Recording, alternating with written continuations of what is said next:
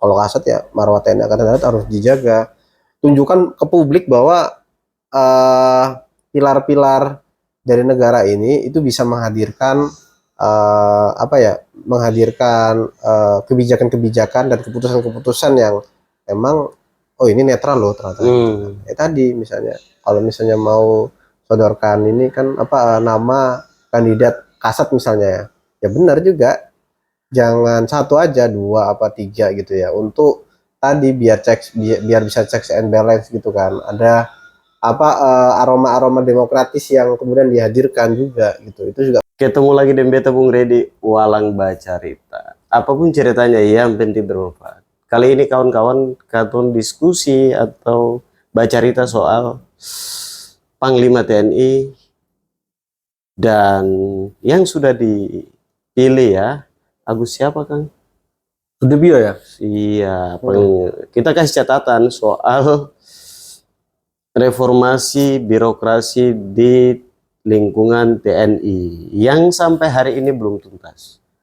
Lalu konflik interest di dalam tubuh TNI, yaitu karena ada senior.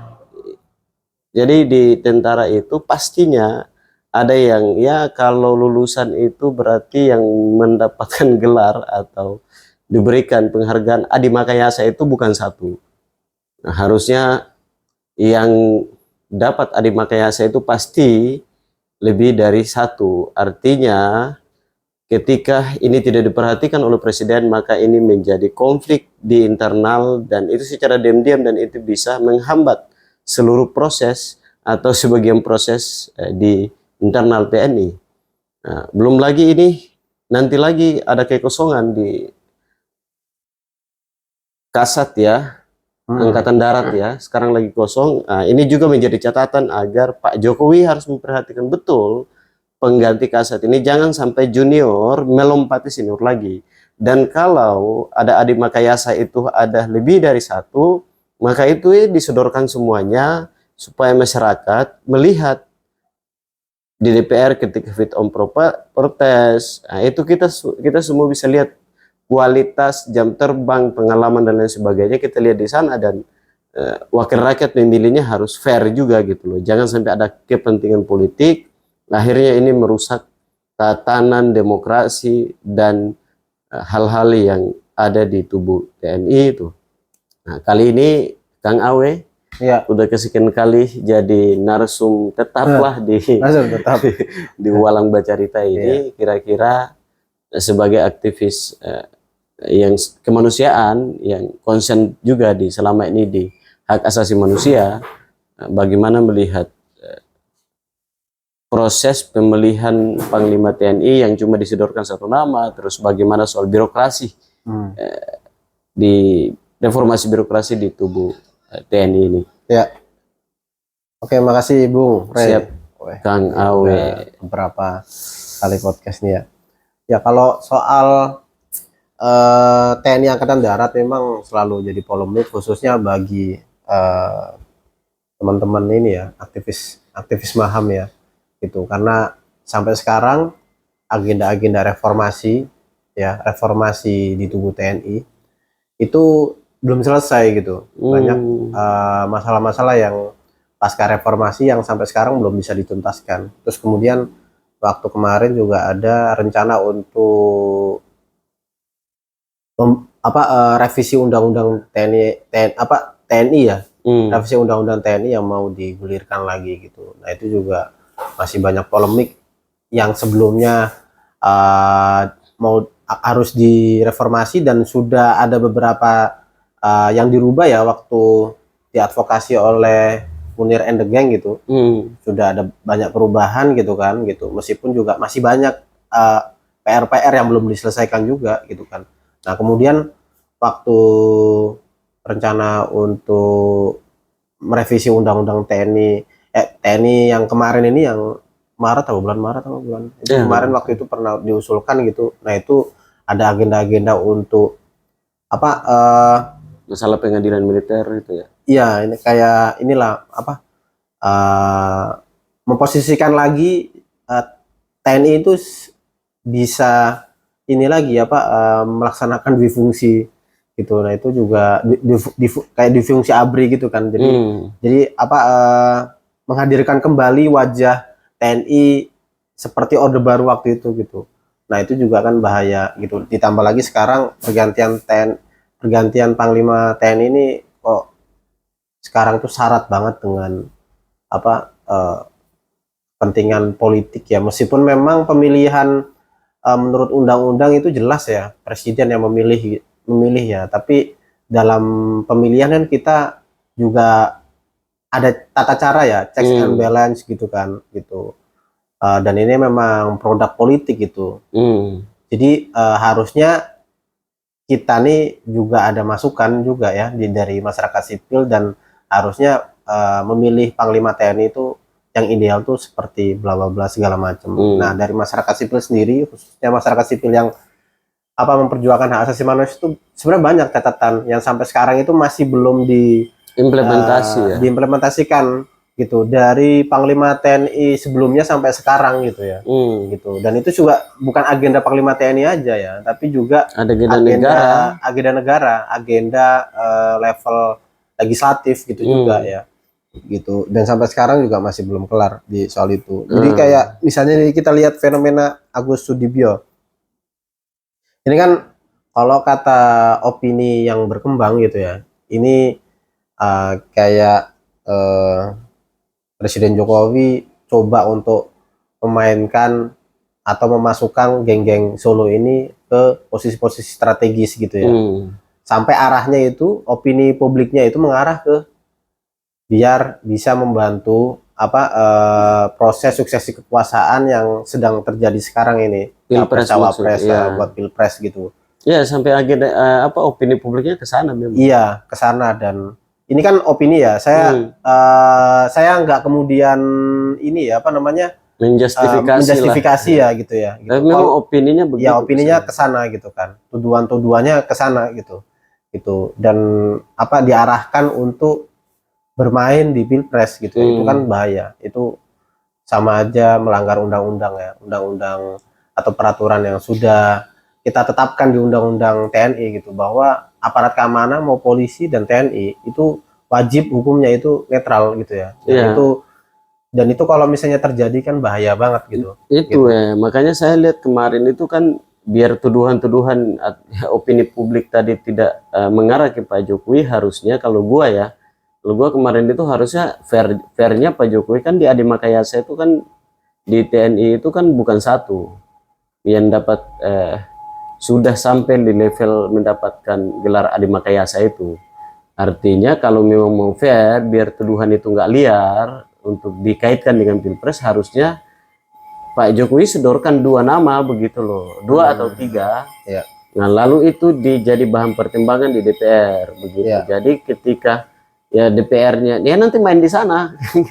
Siapa yang hebat, siapa yang kuat, putusannya ada di sana, atau mau lobby-lobbynya di sana lah begitu kan. Nah, cuman ini nggak dilaksanakan. Jadi kalau opini publiknya dilari ke sebagaimana yang liar ini ya wajar, harus diterima juga oleh presiden begitu. Dan tapi kalau di undang-undang kan sebenarnya nggak masalah juga kan. Kalau misalnya hanya 1 nama itu kan. Ya, tapi kan betul, tapi kan ini bukan soal itu. Kan ada gini, ada yang senior-senior juga ada di sana banyak lah yang Adi Makayasanya duluan daripada yang sekarang contohnya begitu kan. Nah, itu kan menjadi opini yang akhirnya ke politisnya lebih kuat daripada memilih orang yang tepat. Apalagi kan Panglima TNI ini kan dia kasat paling cepat ini. Iya. Kasatnya hitungan hari, menghitung hari kan, menghitung hari aja udah jadi Panglima TNI. Begitu. Gitu. Dan dari dulu kan sebenarnya jabatan kasat, jabatan Panglima TNI ya, khususnya Panglima TNI ya, itu jabatan apa ya namanya? Kalau gua bilang itu jabatan ini aja apa numpang eksis gitu. Jadi eksis. Ya apa ya jalur alternatif gitulah untuk mempercepat dia ke jenjang politik gitu. Jadi sebelum dia masuk ke jenjang politik yang sesungguhnya, ya kan, lu jadi Panglima TNI dulu biar punya pengaruh lah gitu kan. Mau lu sebentar gitu ya, pas sampai setahun gitu ya, atau misalnya setahun berapa bulan. Karena Panglima TNI kan Itu kan kebanyakan begitu gitu. Iya, Kalau dia udah lulus jadi Panglima TNI, udah lo setelah ini baru mau nyalon presiden kah, atau ya jadi cuma itu itulah yang disayangkan itu di sini, yang disayangkan itu ada di proses pendidikan di TNI atau Polri. Kalau begitu caranya, proses pendidikan ini kan akhirnya yang lo nggak usah terlalu mikirin inilah, sekolah yang berkualitas lah, kira-kira penting lo masuk, ya kan, kayak kuliah itu lo masuk kelas malam aja bos, gitu loh. Yang penting syaratnya itu lo dapat begitu. Kualitas mah sabar ya dulu begitu. Nah ini kan problemnya nanti ya di situ. Lalu yang mau lo senior atau junior, yang penting lo lulus syarat ya udah begitu. Nah ini kan jadinya institusi ini menjadi namanya tidak baik di mata masyarakat ya ataupun dunia kan begitu. Karena nanti dilihat di kualitas jam terbang lah kira-kira iya. begitu. Itu Ya, itu yang memang sangat terasa karena Agus Sudibyo ini kan sebenarnya kalau dilihat dari track recordnya kan, kalau harusnya kan jadi kandidat Panglima TNI itu lebih mentereng ya track recordnya ya. Ini ya yang saya lihat ya biasa aja sebenarnya, memang betul gitu. Itu biasa aja gitu, dan syarat banget sama kepentingan ini ya, kepentingan politik jangka pendek ini gitu. Dan itu juga bahaya. Apalagi sebenarnya kalau masyarakat sipil melihat ini banyak problem-problem di tubuh TNI ini yang menjadi PR ya semenjak reformasi. Coba dihitung tuh, berarti kan 20 tahun lebih ya agenda reformasi yang sampai sekarang belum selesai. Jadi di hak asasi manusia itu ada kajian ya, dan kemudian jadi agenda bersama itu soal reformasi keamanan. Ada istilahnya konsep reformasi keamanan. Jadi apa arahnya itu sebenarnya gini. Jadi institusi pemerintah ya, baik itu aparat keamanan ya, dan DPR dan segala macamnya. Aparat keamanan itu kan ada polisi, ada TNI gitu. Terus ada kejaksaan ya sebagai institusi hukumnya, terus ada institusi yang lain. Itu harus sesuai sama hak asasi manusia. Itu di dalam diskursus hak asasi manusia itu ada gitu. Nah, kemudian spesifik apa saja agenda reformasinya dan tujuannya apa? Ya tujuannya institusi-institusi negara ini arahnya itu pertama ke good governance ya.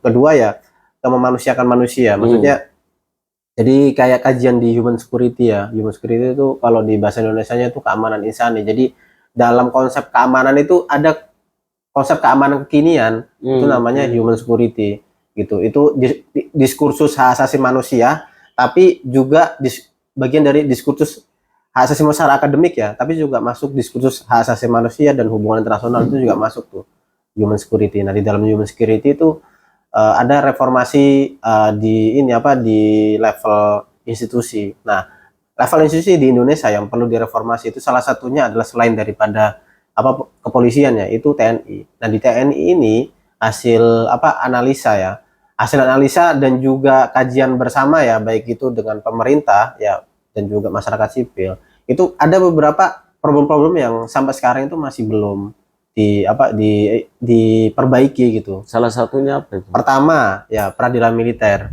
Gitu. Peradilan militer di tubuh TNI itu masih bias kepentingan ya, karena idealnya kan begini, kalau misalnya ada warga negara kita, baik itu PNS, polisi dan segala macamnya, apalagi ini ya aparatur negara dan TNI ya khususnya ya, itu kalau dia melakukan tindak pidana ya yang biasa dilakukan oleh sipil gitu, misalnya dia ujuk-ujuk gitu kan, karena emosi kemudian ngeluarin senjata api gitu ya, terus menembak masyarakat sipil, atau tendang orang di jalan, atau mukul orang di jalan gitu kan. Rata-rata TNI itu kan kebal hukum. Gak ada yang berani mengusik, sama juga polisian gak ada berani mengusik. Karena kenapa? Mereka menganggap bahwa itu hal yang aman buat mereka gitu. Karena mereka itu diadili sama peradilan militer. Sedangkan peradilan militer itu yang mengadili itu komandannya.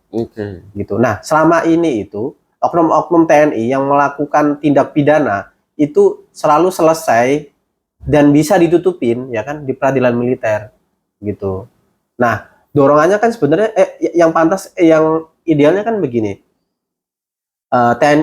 Oknum TNI ketika melakukan tindak pidana sipil, ya dia harus diadili di peradilan sipil dong. gitu. Karena dia melakukan tindak pidana sipil gitu. Sedangkan ini enggak, ini diselesaikan di peradilan militer ya.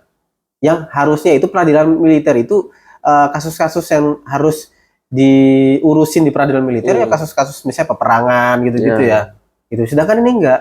Ini kalau misalnya ada polisi masalah di internal TNI sendiri gitu. Iya, makanya teman-teman ini hasil monitoring teman-teman baik itu LSM HAM sama beberapa pegiat HAM itu ngelihat banyak temuan-temuan yang tindak pidana kekerasan langsung khususnya itu ya. Itu pelakunya itu adalah oknum TNI gitu. Dan malah justru ya diurusin sama peradilan, malah dan juga bahkan nggak diurusin, nggak diadili gitu kan, dibiarin aja gitu. Karena peradilan militer kan diurusin sama komandan-komandannya. Kira-kira ini bentuk kesengajaan atau gimana? Ya kesengajaan, karena itu untuk ini juga untuk membangun membentengi citra citra TNI juga ketika misalnya mereka melakukan hal-hal yang melanggar hukum gitu kan, bisa diselesaikan di internal mereka gitu kan.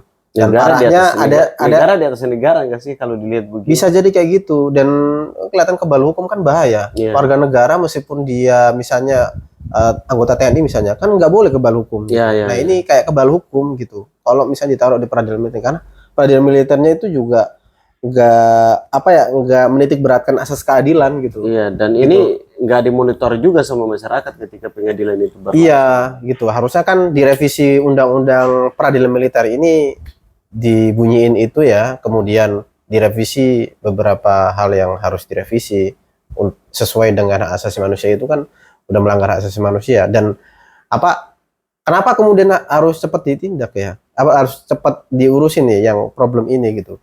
Karena lambat laun kan nanti muncul banalitas kekerasan juga. Banalitas kekerasan itu maksudnya gini, negara dan masyarakat tuh menganggap hal yang kayak gini tuh hal yang biasa. Dan yang paling diuntungkan ya orang-orang TNI, mereka sewenang-wenang aja gitu kan. Dan itu mereka menganggap hal yang biasa. Mereka nembak warga sipil karena pengen membela si ini gitu kan.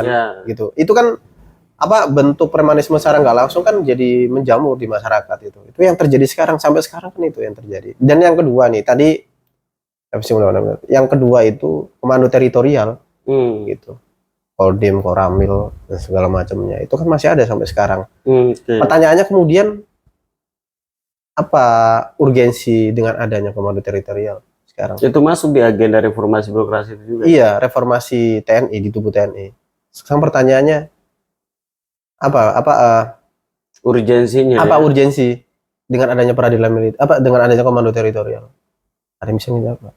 Maksudnya gini, emang kita lagi situasi perang, gitu. Apa urgensi peradilan? Apa urgensi komando teritorial? Mending pendanaan yang sangat gemuk di komando teritorial ini diarahkan ke hal-hal yang lain yang lebih urgent. Misalnya alutsista. Ya alutsista gitu. Selain itu juga ini sih hari ini di tubuh TNI itu juga anggota-anggota TNI juga masih ya gajian dinaikin lah. Iya kan kira-kira kalau uang itu dikelola di sini lebih baik. Salah satu uang itu dikelola untuk naikin gaji anggota kan kira-kira begitu. Urgensinya kan gini, komando teritorial dibentuk di TNI Angkatan Darat. Karena itu kepentingan Angkatan Darat. Nah, Angkatan Darat akhirnya mengeluarkan pendanaan yang lebih gitu ya, gitu. Gemuk di TNI Angkatan Darat itu gemuk banget akhirnya kan gitu. Akhirnya kan berurusan sama anggaran, ya kan, terus sama aset, dan segala macam itu harus diurus. Nah, sekarang pertanyaannya urgensinya apa? Urgensi dengan dibentuknya komando teritorial? Kita nggak perang lagi kayak dulu lawan pas waktu pasca penjajahan ya kan, kita harus ngelawan Inggris apa segala macam, Belanda dan Jepang. Sedangkan di situasi politik keamanan global yang sekarang yang paling urgent itu adalah ancaman keamanan yang nggak langsung ini yang sangat banyak. Itu di konsep human security itu kan dijelaskan gitu, bahwa ancaman keamanan yang kekinian itu banyak sekali gitu kan. Ya lebih baik anggaran untuk yang komando teritorial diarahkan ke hal-hal yang lebih konkret gitu. Dan misalnya ke alutsista juga ya kan gitu. Gitu sih. Jadi kalau misalnya kita sih melihatnya itu yang harus direvisi juga itu ya. Maksudnya bukan direvisi, harus dihilangkan. Sebenarnya ekstrimnya dihilangkan gitu. Cuman ya ini TNI banyak syarat kepentingan politik juga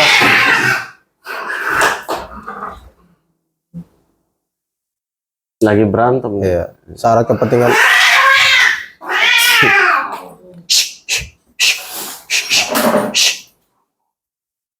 Iya, syarat kepentingan politik banget ya. Karena mau nggak mau kan matra yang paling politis itu kan TNI Angkatan Darat. Ya. Itu mungkin juga salah satu ininya ya. Salah satu apa namanya permasalahannya juga, dan itu kan jadi kepentingan politik. Jadi wajar ketika mereka mempertahankan hal-hal yang paling strategis gitu buat mereka, itu komando teritorial, pelatihan militer, bahkan bisnis bisnis TNI, bisnis tentara ini kan dulu udah direvisi di undang-undang TNI gitu. Tapi sekarang itu di balik layar itu kan banyak bisnis Ya, TNI. ada oknum-oknum yang bermain. Iya, masih bermain. Nah, itu kan sebenarnya inkonstitusional juga itu. Dan itu siapa yang berhak untuk ini apa? Untuk menegur mereka? Ya di peradilan militer kan yang menegur ya komandannya sendiri gitu. Itu sih itu, dan pertanyaannya sekarang untuk panglima yang baru sekarang melek gak dengan hal itu? Ya. Nggak dengan hal itu. Gua rasa sih masih jauh ya dia, karena track recordnya pun jauh dengan hal-hal yang kayak gitu. Itu siapa itu problemnya gitu. Kalau dilihat dari track recordnya, Agus Sudibyo jauh dengan melek dengan hal itu gitu. Ya minimal jadi kasat dulu, minimal ya 1 tahun 2 tahun lah bisa. Indonesia ini kan bukan negara yang kecil kan begitu. Ini mungkin keliling Indonesia aja belum semua gitu. Iya. Dan itu perlu ada ujian komitmen juga. TNI anggota DPR itu juga yang nanti yang sudah itu kan harusnya lebih jeli ya. Problem-problem yang ada di tubuh TNI ini kan banyak gitu. Mungkin mereka juga nggak ngerti juga. Soal kesejahteraan ya kan. Terus soal alutsista kita yang dari dulu sampai sekarang juga masih begini, padahal negara kita itu negara maritim pertama, kedua luas juga gitu, ketiga penduduknya sangat besar. Ini kalau misalnya kita mempertahankan gaya-gaya militer yang dulu, nggak bisa. Maksudnya dulu tuh kayak gini, misalnya lebih fokus untuk membesarkan TNI Angkatan Daratnya.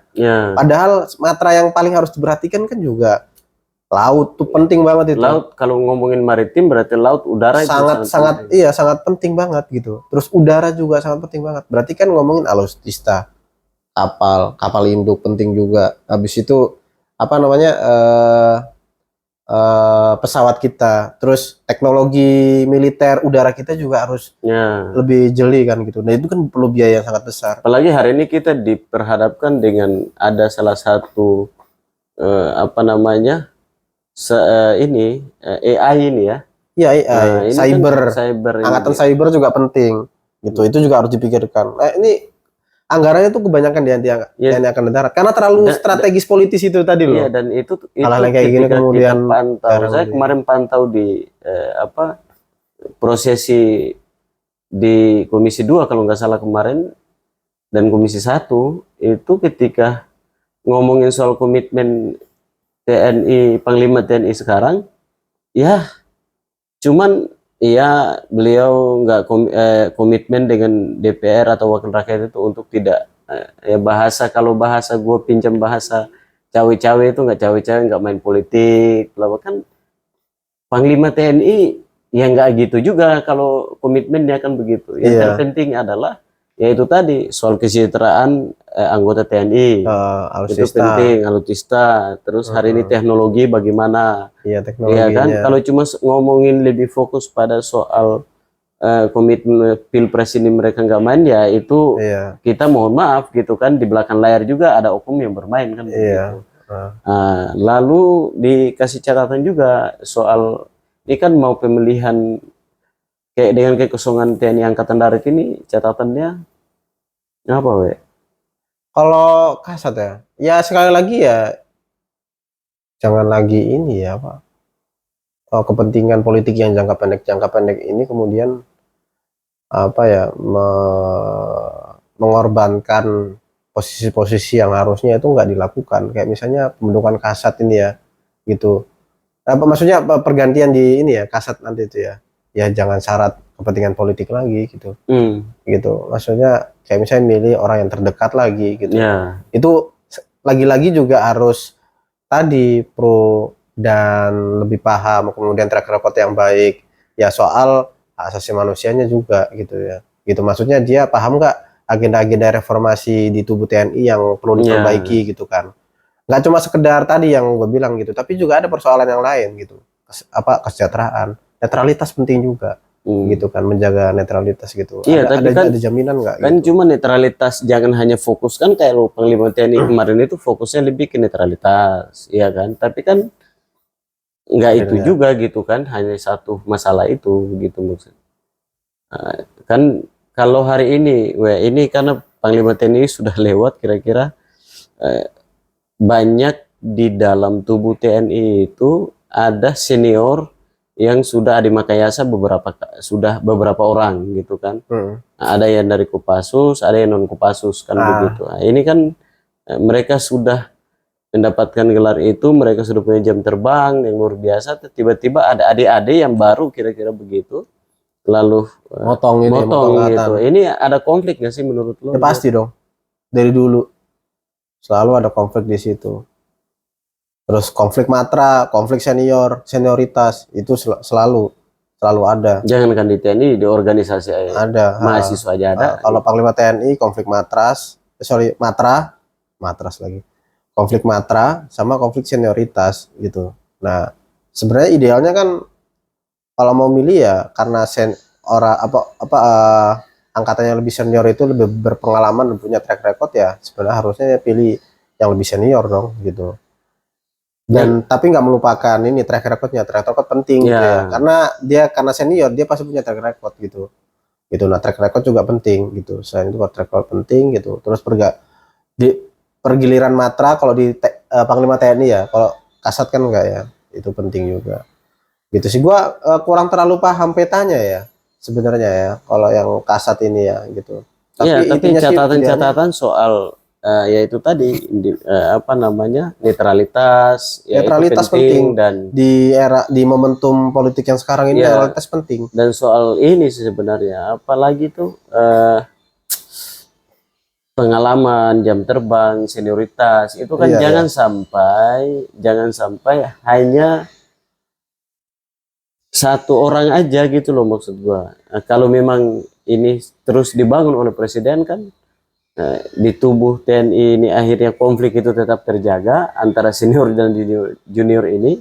Yang kedua adalah konflik kepentingan antara ini kepentingan karena dekat dengan presiden, bapaknya, omnya, pamannya, temannya Pak Presiden, kan ini jadi masalah gitu kan. Iya. Begitu. Gitu betul, siap itu kalau gua sih lihatnya dari situ. Karena bagaimana kita bicara soal reformasi birokrasi, kalau hal-hal semacam ini Pak Jokowi hanya menyodorkan satu nama, ya pasti DPR kita juga mohon maaf kayak begitu kan. Iya.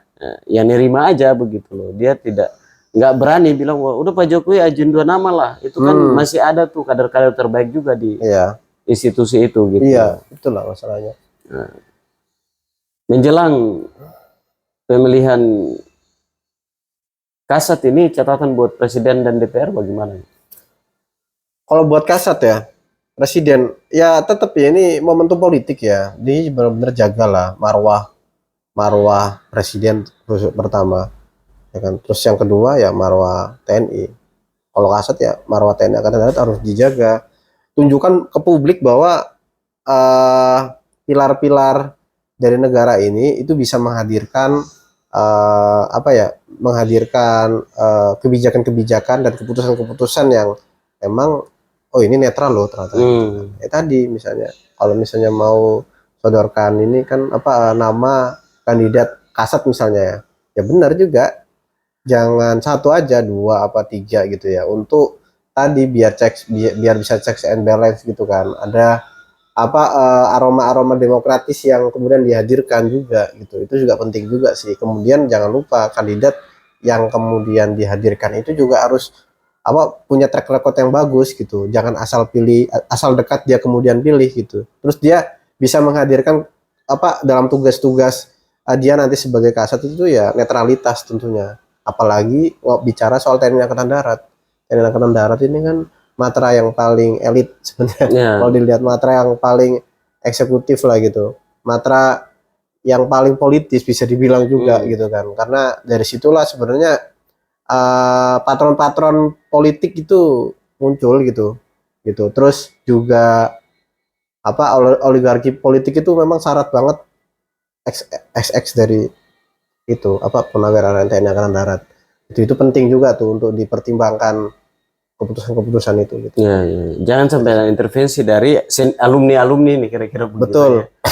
Begitu, karena itu menjaga netralitas dan itu juga kita tunjukkan kalau di TNI ini banyak kader gitu. Kalau banyak kader bangsa di tubuh TNI, terutama Angkatan Darat, ya sodorkanlah lebih dari satu kan. Iya, betul.